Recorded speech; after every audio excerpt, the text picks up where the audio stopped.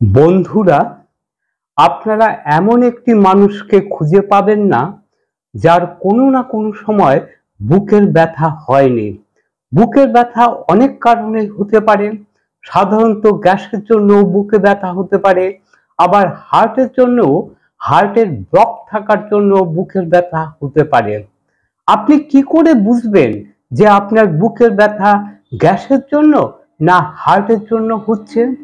হার্টের জন্য হলে সেটি কিন্তু ইমার্জেন্সি সিচুয়েশন, আপনাকে তৎক্ষণাৎ ব্যবস্থা নিতে হবে, একদম সময় নষ্ট করা যাবে না। আসুন আজকের ভিডিওটিতে গ্যাসের ব্যথা না হার্টের ব্যথা সেটি বোঝার জন্য তুলনামূলকভাবে একটু আলোচনা করে দেখি, এবং রক্তের কি পরীক্ষা করলে আমরা বুঝতে পারবো এটি হার্টের ব্যথা না গ্যাস্ট্রিকের ব্যথা। আমি ডাক্তার অলোক দেবনাথ। আজকে আমি আপনাদের সামনে আলোচনা করব বুকের ব্যথা বা চেস্ট পেইন নিয়ে। এই চেস্ট পেইন নিয়ে যাবতীয় সায়েন্টিফিক ইনফরমেশন খুব সহজ সরলভাবে আপনাদের সামনে তুলে ধরব, যাতে করে আপনারা সব কিছু জানতে পারেন, বুঝতে পারেন। আজকের এই ভিডিওটিতে আমি প্রথমে আলোচনা করব চেস্ট পেইন কি, চেস্ট পেইন আমাদের শরীরে কিভাবে তৈরি হয়ে থাকে। তারপর আমি আলোচনা করব হার্টের ব্যথা বলতে আমরা কি বুঝি, কি কি কারণে আমাদের হার্টের ব্যথা হয়ে থাকে। তারপর আমি আলোচনা করব কিভাবে কোন কোন রোগের জন্য আমাদের গ্যাসের ব্যথা হয়ে থাকে। তারপর আমি আলোচনা করব কোন কোন লক্ষণ বা সিমটম দিয়ে আপনারা বুঝতে পারবেন বুকের কোন ব্যথাটি গ্যাসের জন্য হচ্ছে, আবার বুকের কোন ব্যথাটি হার্টের সমস্যার জন্য হচ্ছে। ভিডিওটির সর্বশেষে আমি আলোচনা করব খুব সহজেই আপনারা রক্তের একটি মাত্র টেস্ট, রক্তের ট্রপোনিন র্যাপিড কার্ভ টেস্ট করার মধ্যে দিয়ে নিশ্চিতভাবে বুঝতে পারবেন আপনাদের বুকের ব্যথাটি গ্যাসের জন্য হচ্ছে না হার্ট স্ট্রোকের জন্য হচ্ছে। আপনারা যদি শেষ পর্যন্ত সঙ্গে থাকেন তাহলে আপনারা সবকিছু জানতে পারবেন, বুঝতে পারবেন। বন্ধুরা, আপনারা জানেন পৃথিবীতে যত মানুষের মৃত্যু হয়ে থাকে তাদের মধ্যে বেশিরভাগ মানুষের মৃত্যুর কারণ হচ্ছে এই হার্ট ডিজিজ বা হৃদরোগ। আবার এই হৃদরোগের মধ্যে বেশিরভাগ মানুষের মৃত্যু হয়ে থাকে হার্টের ব্লক বা ischaemic heart ডিজিজে। Ischaemic heart disease হচ্ছে এমন একটি রোগ যে রোগটি আমাদের হার্টের রক্তনালীগুলিতে প্লেক তৈরি হওয়ার জন্য, আমাদের হার্ট মাসেলসে রক্ত সঞ্চালনের পরিমাণ কমে যাওয়ার জন্য আমাদের হার্ট মাসেলসে এক ধরনের ক্রাই, হার্ট মাসেলসের কান্না হয়ে থাকে, সেটাকে আমরা বলে থাকি হার্ট পেইন। এই হার্ট পেইনকে চিকিৎসা বিজ্ঞানের ভাষায় বলা হয় অ্যানজাইনা। এই অ্যানজাইনা আবার দুই ধরনের হয়ে থাকে, একটি হচ্ছে স্ট্যাবল অ্যানজাইনা, আরেকটি হচ্ছে ইনস্ট্যাবল অ্যানজাইনা। স্ট্যাবল অ্যানজাইনা খুব একটা ইমার্জেন্সি সিচুয়েশন নয়। আপনি যদি জোরে জোরে হাঁটাচলা করেন, সিঁড়ি বেয়ে উপরে উঠে থাকেন, কোনো ভারী কাজকর্ম করেন, আপনার বুকে ব্যথা হতে পারে, বুকে চাপ চাপ ব্যথা হতে পারে, আবার ঘাম ঘামও হতে পারে।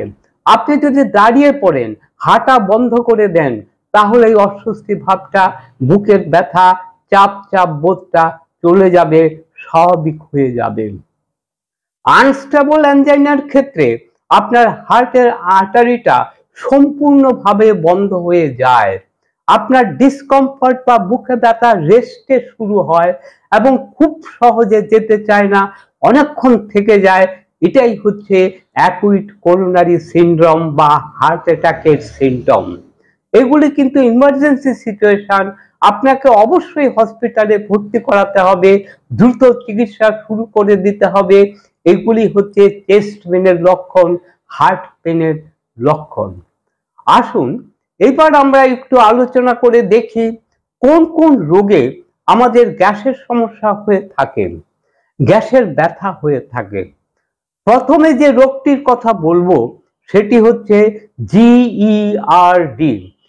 আমরা মুখ দিয়ে যে খাদ্য খাবার খেয়ে থাকি সেই খাদ্য খাবার ইসোফেগাস নামক একটা লম্বা টিউব দিয়ে আমাদের স্টমাকে আসে। স্টমাকের উপরের দিকে এবং ইসোফেগাসের নিচের দিকে যে জয়েন্ট রয়েছে সেখানে একটি ভালভ আছে। এই ভালভটির কাজ হচ্ছে আমাদের স্টমাকে যে অ্যাসিড মিশ্রিত খাদ্য সেই খাদ্যটি যাতে ইসোফেগাস দিয়ে উপরের দিকে উঠে না আসে। যদি কোনো কারণে এই ভালভটি লুজ হয়ে যায় বা ঠিকভাবে কাজ করতে না পারে তখন স্টমাকে অ্যাসিড মিশ্রিত খাদ্য ইসোফেগাস দিয়ে উপরে উঠে আসে এবং কিছু কিছু সিমটম তৈরি করে থাকে যেগুলিকে আমরা হার্ট বার্ন বলে থাকি। যদিও এখানে হার্টের কোনো ভূমিকা নেই, স্টমাকে অ্যাসিড কন্টেন্ট খাদ্য খাবার উঠে আসার জন্য বুক জ্বালা, বুকে ব্যথা, গ্যাস, অম্বল, টক টক লাগা, ঢেকুর ওঠা এই ধরনের লক্ষণ প্রকাশ পেয়ে থাকেন। এখন যে রোগটির কথা বলবো সেটি হচ্ছে অ্যাসিড পেপটিক ডিসঅর্ডার। এই অ্যাসিড পেপটিক ডিসঅর্ডারের জন্য আমাদের শরীরে গ্যাস্ট্রিক আলসার, পেপটিক আলসার, গ্যাস্ট্রাইটিসের মতন সমস্যা হয়ে থাকে। এই সমস্ত কারণেও আমাদের শরীরে চেস্ট পেন হয়ে থাকে। আবার যারা গল ব্লাডারের সমস্যায় ভুগছেন, যাদের গল স্টোন আছে তাদেরও গ্যাসের সমস্যা হয়ে থাকে, গ্যাসের ব্যথা হয়ে থাকে। আবার যারা প্যানক্রাইটিসে ভুগছেন বা প্যানক্রিয়াসে স্টোন আছে তাদেরও গ্যাসের সমস্যা হয়ে থাকে, গ্যাসের ব্যথা হয়ে থাকে। আবার কিছু কিছু ক্ষেত্রে দেখা যায় ইসোফেজিয়াল স্প্যাজম হওয়ার ফলে ইসোফেগাসের মধ্যে যে মাসেলগুলো স্প্যাজম হওয়ার ফলে আমাদের শরীরে এমনভাবে কিছু লক্ষণ প্রকাশ পায় যেন আমাদের হার্ট অ্যাটাক হয়ে গেছে। আবার দেখা যায় আমাদের বাড়িতে যে সরবিটল ট্যাবলেট রয়েছে সেই ট্যাবলেট জিভের নিচে রাখলে ইসোফেগাসের স্প্যাজম ঠিক হয়ে যায়। ব্যাপারটা কিন্তু খুবই কনফিউশনাল, আপনারা এই বিষয়টি মাথায় রাখবেন। এতক্ষণ ধরে আমি আলোচনা করলাম কি কারণে আমাদের হার্টের ব্যথা এবং গ্যাসের ব্যথা হয়ে থাকে। এখন আমি আলোচনা করব কিভাবে আমরা গ্যাসের ব্যথা না হার্টের ব্যথা এই দুই ধরনের ব্যথার মধ্যে পার্থক্য করব। আমি মূলত 5টি পয়েন্টস নিয়ে আলোচনা করব। আপনারা যদি মন দিয়ে এই 5টি পয়েন্টস দেখেন তাহলে আপনারা খুব সহজেই হার্টের ব্যথা এবং গ্যাসের ব্যথার মধ্যে পার্থক্য করতে পারবেন। 1 নাম্বার হচ্ছে লোকেশন, ব্যথাটি কোথায় হচ্ছে। 2 নাম্বার হচ্ছে ব্যথাটি কোথায় ছড়াচ্ছে। 3 নাম্বার হচ্ছে পেইন ক্যারেক্টার অর্থাৎ ব্যথাটি কি ধরনের।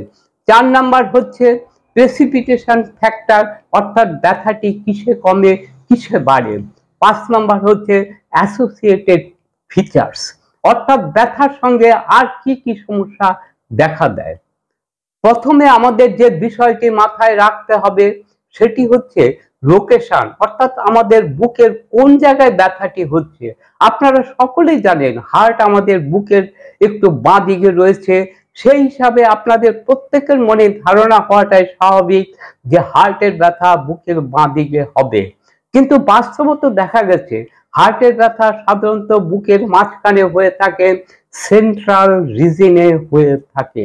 আবার যদি আপনার গ্যাস্ট্রিকের জন্য ব্যথা হয়ে থাকে সেটি সাধারণত বুকের উপরের দিকে হয়ে থাকে।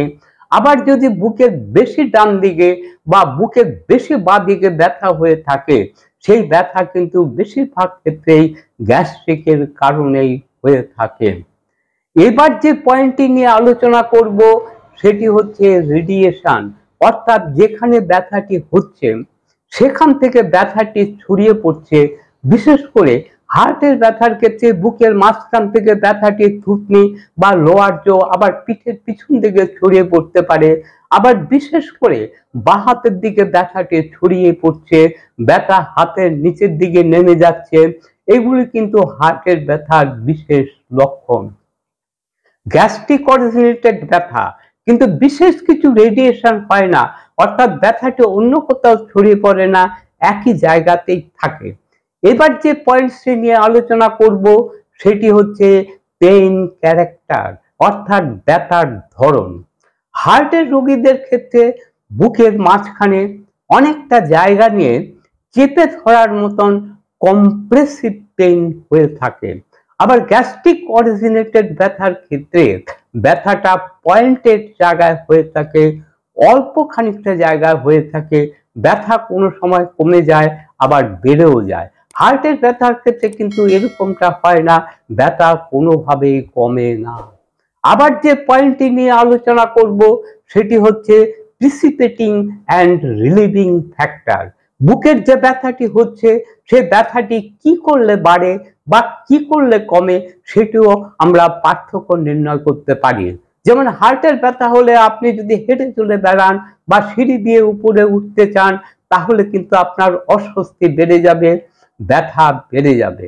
আবার আপনি যদি বসে পড়েন বা দাঁড়িয়ে পড়েন তাহলে আপনার ব্যথা বা অস্বস্তি আস্তে আস্তে কমে যাবে। এই অবস্থাটা কিন্তু হার্টের ব্যথার জন্য হয়ে থাকে। আবার সেই সময় যদি জিভের তলায় সরবিটল ট্যাবলেট রাখেন তখন আপনার ব্যথা আস্তে আস্তে রিলিফ হয়, কমে যায়। কিন্তু গ্যাস্ট্রিক অরিজিন পেইনের ক্ষেত্রে এরকমটা হবে না। আবার আপনার বুকের যে ব্যথাটা হচ্ছে সেই ব্যথাটা যদি হাঁচি কাশি দিলে ব্যথা বেড়ে যায় বা কমে যায় তাহলে কিন্তু এটা গ্যাস্ট্রিক অরিজিনেটেড ব্যথা হওয়ার সম্ভাবনাই বেশি। বা আপনি সামনের দিকে ঝুঁকছেন, আপনার স্টমাকে অ্যাসিড কন্টেন্টের পজিশন চেঞ্জ হওয়ার জন্য আপনার ব্যথা কমে যেতে পারে। আপনার প্যানক্রিয়াসের পজিশন চেঞ্জ হওয়ার জন্য আপনার ব্যথা কমে যেতে পারে। তাহলে কিন্তু এটা গ্যাস্ট্রিক অরিজিনেটেড ব্যথা। এই ব্যথা হওয়ার সম্ভাবনাই বেশি।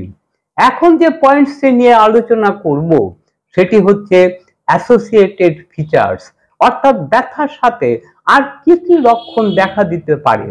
সেই লক্ষণগুলি দিয়েও আমরা হার্ট পেইন এবং গ্যাস্ট্রিক পেইনের পার্থক্য নির্ণয় করতে পারি। আপনার বুকে যে ব্যথাটা হচ্ছে, অস্বস্তিটা হচ্ছে, এর সাথে সাথে মাথাটা হালকা হয়ে যাচ্ছে, ভীষণ ঘাম হচ্ছে, শ্বাসকষ্ট হচ্ছে, বমি বমি ভাব হচ্ছে, এই সমস্ত লক্ষণগুলো দেখা দিলে কিন্তু আপনাকে ভাবতে হবে এটা হার্ট অ্যাটাকের দিকে যাচ্ছে। আবার যদি আপনার গ্যাসের জন্য হয়ে থাকে, গ্যাস্ট্রিকের কোনো সমস্যার জন্য হয়ে থাকে তাহলে দেখা যাবে আপনার ঢোক গিলতে বা কোনো খাদ্য খাবার খেতে অসুবিধা হচ্ছে, আপনার ঢেকুর ওঠে, ঢেকুর ওঠার সঙ্গে সঙ্গে খাদ্যাংশ বেরিয়ে আসছে, সেটা কিন্তু বেশ অ্যাসিডিক। এই ধরনের অ্যাসোসিয়েটেড ফিচার যদি থেকে থাকে তাহলে সেটি নন কার্ডিয়াক বা গ্যাস্ট্রিক অরিজিনেটেড পেইন হতে পারে। বন্ধুরা, এরপরেও যদি আপনারা ঠিকভাবে পার্থক্য করতে না পারেন, আপনাদের মধ্যে কোনো কনফিউশন থাকে, আপনারা বুঝতে পারছেন না, সেসব ক্ষেত্রে আপনারা একদম সময় নষ্ট না করে খুব সামান্য একটি রক্ত পরীক্ষার মধ্যে দিয়ে আপনারা বুঝতে পারবেন এটি হার্টের ব্যথা না গ্যাসের ব্যথা। এই পরীক্ষাটির নাম হচ্ছে ট্রপোনিন টেস্ট।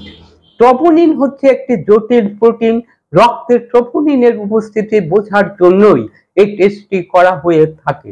আমাদের হার্টের মাসেল যখন ক্ষতিগ্রস্ত হয়ে থাকে তখন আস্তে আস্তে রক্তের ট্রপোনিনের মাত্রাও বাড়তে থাকে। এই ট্রপোনিন র্যাপিড কার টেস্ট করার মধ্যে দিয়েই আমরা 10 মিনিটের মধ্যেই বুঝতে পারি রিপোর্ট পজিটিভ না নেগেটিভ, আমাদের হার্ট স্ট্রোক হয়েছে কিনা। যদি রক্তের ট্রপোনিন পরীক্ষার রেজাল্ট পজিটিভ হয়ে থাকে তাহলে ধরে নেওয়া হয় আমাদের হার্ট মাসেল ক্ষতিগ্রস্ত হয়েছে, আমাদের হার্ট স্ট্রোক হয়েছে। এটি একটি অত্যন্ত জটিল ইমার্জেন্সি পরিস্থিতি। এখানে সময়ের মূল্য বিশাল। আপনাদের প্রতিটি পদক্ষেপ চিন্তা ভাবনা করে ফেলতে হবে, পেশেন্টকে হসপিটালাইজড করতে হবে এবং প্রয়োজনীয় সব রকম ব্যবস্থা আপনাদের গ্রহণ করতে হবে। বন্ধুরা, এতক্ষণ ধরে যারা ভিডিওটি দেখলেন তারা যদি মনে করেন এই ভিডিওটি থেকে নতুন কিছু জানতে পারলেন, নতুন কিছু শিখতে পারলেন, তাহলে আপনারা আপনাদের বন্ধু বান্ধবদের কাছে এই ভিডিওটি শেয়ার করবেন, এই ভিডিওটিতে লাইক দেবেন। আবার যাদের এই ধরনের ইনফরমেটিভ ভিডিও ভালো লাগে তারা অবশ্যই এই চ্যানেলটিকে সাবস্ক্রাইব করে রাখবেন। নতুন নতুন ভিডিও পাবলিশ হওয়ার সাথে সাথে নোটিফিকেশন পাওয়ার জন্য। ভিডিওটি সম্পর্কে আপনাদের যদি কোনো প্রশ্ন থাকে আপনারা অবশ্যই কমেন্টসের মাধ্যমে জানাবেন। আমি অবশ্যই চেষ্টা করব আপনাদের সব প্রশ্নের উত্তর দেওয়ার। আজকের ভিডিওটি এইখানে শেষ করছি। আবার দেখা হবে বন্ধু নতুন কোনো ভিডিওতে, নতুন কোনো সময়ে। ততক্ষণ পর্যন্ত আপনারা ভালো থাকবেন, সুস্থ থাকবেন। নমস্কার।